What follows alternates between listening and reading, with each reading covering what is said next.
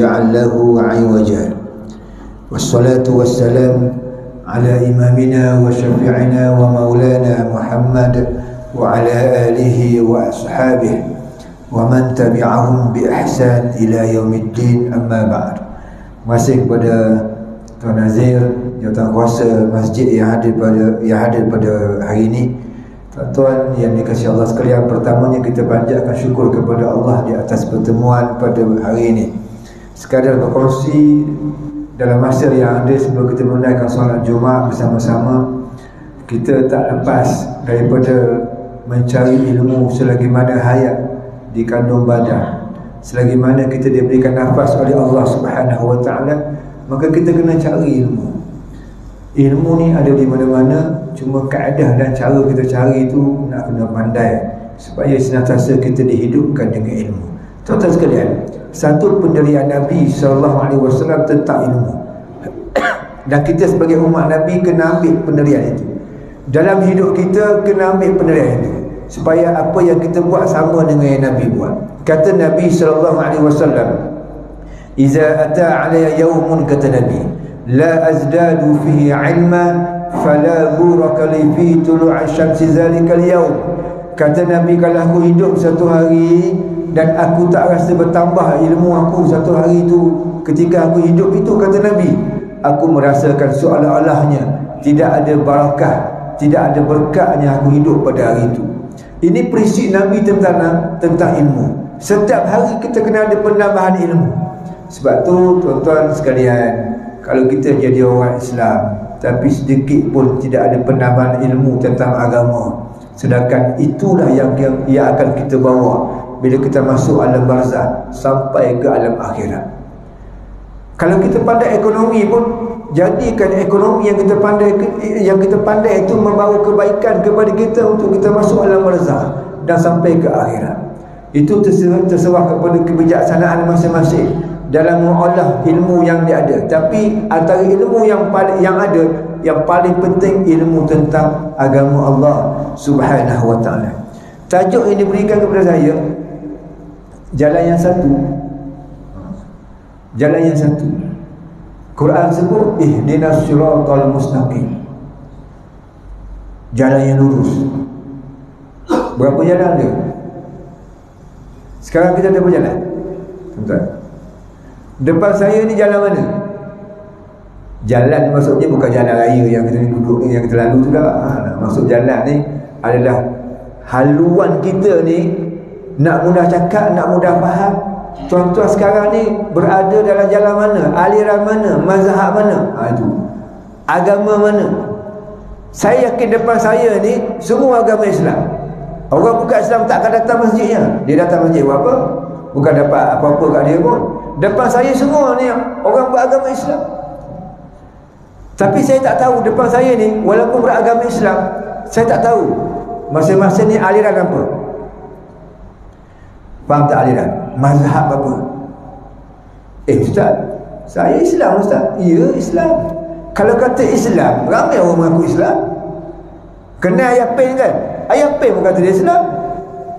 Habis tu, adakah kita sama dengan ayat pen? Tak, lain. Zikir nafas dia kata Islam. Adakah sama Islam kita dengan Islam zikir nafas? Tak, lain. Habis tu, tuan-tuan sekalian, yang ini yang kita kena selesaikan sebelum kita diambil nyawa oleh Allah. Kita kena selesaikan isu ini. Sebab apa tuan-tuan? Sebab dia melibatkan masa depan kita ke akhirat. Allah sebut dalam Quran, ya ayyuhallazina amanu taqullaha wal tanzur nafsun ma qaddamat lighad. Wahai yang beriman, kata Allah, tengok masa depan kamu, bukan di dunia aja. Kita kena pandang masa depan kita ke akhirat. Apa akan jadi kepada kehidupan kita di alam akhirat? Nak tak nak kita kena pergi. Nak tak nak kita kena pergi. Islam menetapkan sunnatullah dalam agama kita. Kalau kita belajar agama, kita akan pergi kepada alam yang keempat. Semua manusia, semua makhluk yang ditaklifkan oleh Allah, termasuk iblis, jin, manusia ni akan pergi kepada alam yang keempat. Setengah riwayat kata alam yang kelima, setengah ulama kata alam yang kelima. Dia akan pergi kepada alam yang keempat. Nak tak nak. Sekarang kita berada alam yang kedua, iaitu alam dunia. Alam roh, alam pertama dah pergi dah. Dah rasa dah. Tak tahu apa dia alam roh. Kita pun tak tahu nak cerita macam mana. Tiba-tiba muncul je alam yang kedua. Kita nak pergi ke alam yang keempat. Matematik kata apa? Matematik kata 1, 2, 3, 4. Maka kita kena rasa dulu alam yang ketiga, iaitu alam barzakh. Kata Nabi, barang siapa yang tak selamat di alam barzakh, maka kehidupan dia di akhirat tak akan selamat. Alam barzakh tu lah kena macam-macam tuan-tuan. Kehidupan akhirat tak selamat. Tu kubur, kita tengok kubur. Kubur macam diam kan? Senyap senyap dia orang kubur ni. Macam tenang, relax je. Agak tak ada apa-apa kot. Nabi cerita macam kena pukul, kena himpitan kubur kan, penghuni kubur kan. Tengok dosa masing-masing. Ada yang dihimpit oleh kubur, kata Nabi. Ada yang disengat kala jengking, ada yang dipatuk oleh ular, dan macam-macam azab. Dipukul cemeti dipukul oleh para malaikat Munkar Nakir. Kita dengar Nabi cerita, kita pergi kubur dengar tak? Mana tak meraung pun okey je, relax je, diam je. Betul kan? Sebab kita tak dibenarkan oleh Allah untuk buka hijab untuk dengar rintihan ahli kubur. Kalau Allah buka kita punya hijab dengar rintihan ahli kubur, saya rasa tak ada orang nak pergi kubur.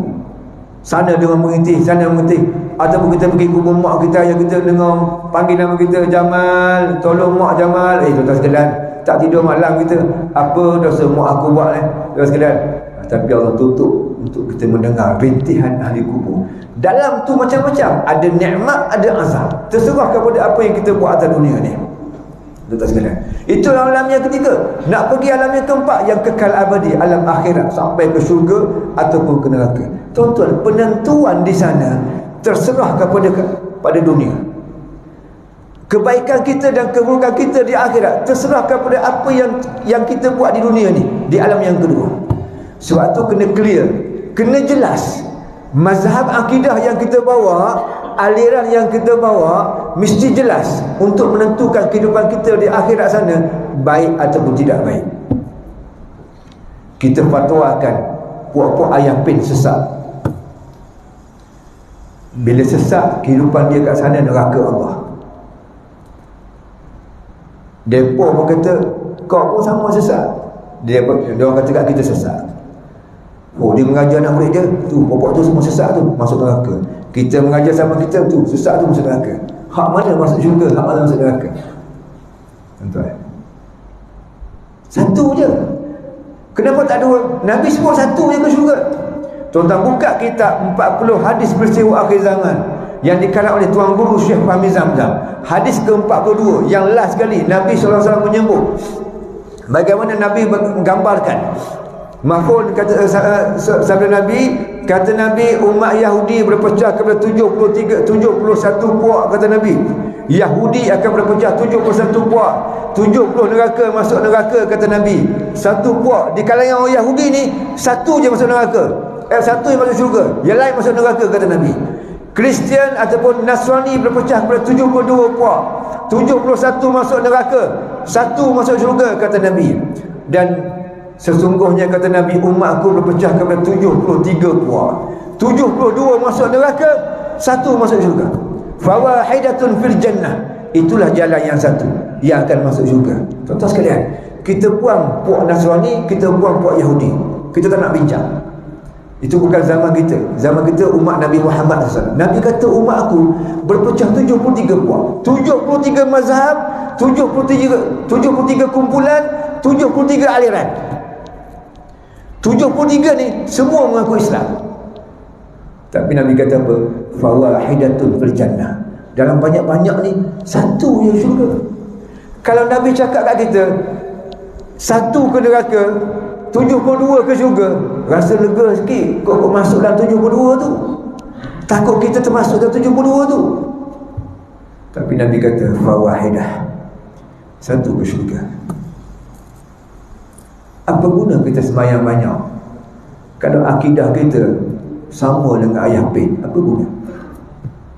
Apa guna kita sembahyang banyak, zikir banyak, kalau akidah kita, mazhab akidah kita sama dengan puak Qadiani yang kita fatwakan terkeluar daripada Islam, murtad. Siapa yang masuk Qadiani murtad. Apa guna kita masuk kita sembahyang. Kalau akidah kita tak betul. Sebab tu saya cakap di mana-mana masjid tuan sekalian, sekarang ni tuan-tuan jangan pesan, jangan silap tuan-tuan kalau pesan ke anak, silap pada saya. Kalau tuan-tuan pesan ke anak, jangan tinggal solat man. Jamal dengan Jamilah, Jamal, anak kita 2 orang contoh kan. Contoh, kamu jangan tinggal solat. Ingat pesan ayah, kamu jangan tinggal solat. Tuan-tuan pesan macam tu, salah. Silap tuan-tuan, silap besar. Tak habis cakap lagi tu, jangan salah faham kan. Ustaz ni kenapa pesan solat salah? Tak habis lagi. Sekarang ni tahun 70-an, 60-an, 80-an, yes, pesan macam tu bagus, betul. Tahun sekarang dan seterusnya, kalau pesan solat, jangan tinggal solat, jangan tinggal solat, salah. Tuan-tuan kena pesan ke anak cucu tuan-tuan, Man, Jamal, Jamilah, kamu kena kekal dalam mazhab Ahlussunnah wal Jamaah sampai mati, dan kamu jangan tinggal solat. 2 pesan. Kena pastikan anak cucu kita kekal dalam mazhab yang kita pegang sekarang, Ahlussunnah wal Jamaah. Tuan-tuan sekalian, mazhab kita Ahlussunnah wal Jamaah ni semua ni. Ke ada orang Syiah dah ni? Angkat tangan. Ada tak orang Syiah? Ayah Pen, Zikir Nafas, Ibrahim Bonjol, ada tak? Tak ada. Dia orang tak datang masjid. Ini bukan markas dia orang. Ini markas kumpulan mazhab Ahlussunnah wal Jamaah. Dia tak akan datangnya. Terus sekarang tuan-tuan, kita diserang. Pengikut mazhab Ahlussunnah wal Jamaah semua ni diserang dalam pelbagai penjuru. Kita tak dengar sekarang orang Melayu kita, orang Islam kita masuk Kristian, dah jarang dengar dah. Kita jarang dengar orang kita masuk Yahudi, dah jarang dengar dah. Tapi kita dengar masuk ajaran ni. Sekarang semua ajaran tu berlawanan dengan pegangan kita mazhab Ahlussunnah wal Jamaah. Maknanya apa? Dia serang, mereka sedang attack kumpulan mazhab Ahlussunnah wal Jamaah. Ni kita semua ni. Tarik Ahlussunnah wal Jamaah masuk ajaran ni. Tarik dia ke masuk ajaran ni. Dia nak memusnahkan pengikut mazhab Ahlussunnah wal Jamaah, yang mana kita yakin yang Nabi kata fawahidatun fil jannah, itu kita yakin itulah pengikut mazhab Ahlussunnah wal Jamaah yang kita yakin yang akan masuk syurga Allah Subhanahu wa taala. Jadi tuan-tuan sekalian, kena pesan ke anak cucu, jangan tinggal kekal dalam mazhab Ahlussunnah wal Jamaah akidahnya, dan jangan tinggal solat. Kalau tuan-tuan pesan solat aja, tuan sekalian, Syiah pun solat. Yang sesat semua solat. Tuan, apatah lagi kumpulan Milad Abraham yang menganggap bahawa semua kebaikan adalah solat. Tak semestinya kita angkat takbir, bagi salam, solat tak. Kata Milad Abraham, Ahmad Musaddiq, pemimpin kumpulan Milad Abraham, segala kebaikan adalah solat. Kamu sedekah kat masjid, solatlah tu. Datang masjid Rinci Hulu, bagi sedekah RM10, tu patah balik. Jamal, kamu tak solat ke? Aku baru solat. Bila kau solat? Aku letak sedekah tu, solatlah tu. Pada pandangan mereka, itu ke solat yang Nabi ajar? Tak.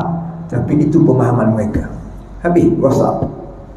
Kan WhatsApp tuan-tuan, bila compare, anak muda compare solat bagi sedekah dengan solat angkat takbir sampai bagi salam, anak muda pilih yang mana? Yang muda mesti dia pilih yang sedekahnya. Solat payah dah Ustaz, ambil wuduk, nak sisi tangan, ambil wuduk, buang kopi, payah Ustaz kan. Sedekah RM10, balik caw balik, semayang dah tuan-tuan. Maka tak mustahil satu hari nanti satu keluarga kan, macam kat Indonesia kawan kita, Kristian, Yahudi bercampur satu keluarga. Di Malaysia tak mustahil satu hari nanti ayahnya mazhab Ahlussunnah wal Jamaah, anak nombor 1 Syiah, nombor 2 ayah P, nombor 3 Zikir Nafas, yang keempat Hadi min Allah, yang kelima. Tak mustahil satu hari nanti jika sekiranya kita tak strict, tak tegas dengan anak cucu kita bahawa kamu jangan keluar daripada mazhab Ahlussunnah wal Jamaah, kena kekal sampai mati. Sebab itulah mazhab yang akan menuju ke syurga Allah pada pandangan ulama-ulama kita. Tuan-tuan sekalian, kita dah masuk untuk Jumaat. Kita jumpa lagi pada masa yang akan datang, tak tahulah bilanya, sebab saya duduk kursi masjid ni kan, nak habis 54 masjid ni, tak tahu bila tu jumpa pula kan. Saya kursi masjid itulah setiap Jumaat untuk bertemu dengan anak jemaah dan juga yang tahu rasa. So jaga akidah masing-masing tuan-tuan. Kita sedang diserang oleh kumpulan sesat, so jaga akidah, maintain sampailah kamu tuan mati dengan mazhab Ahlussunnah wal Jamaah. Jangan masuk sebuah mazhab yang sesat, tuan-tuan jangan masuk. Itu saja pesanan saya. Aku qauli hadza. Wassalamualaikum warahmatullahi wabarakatuh.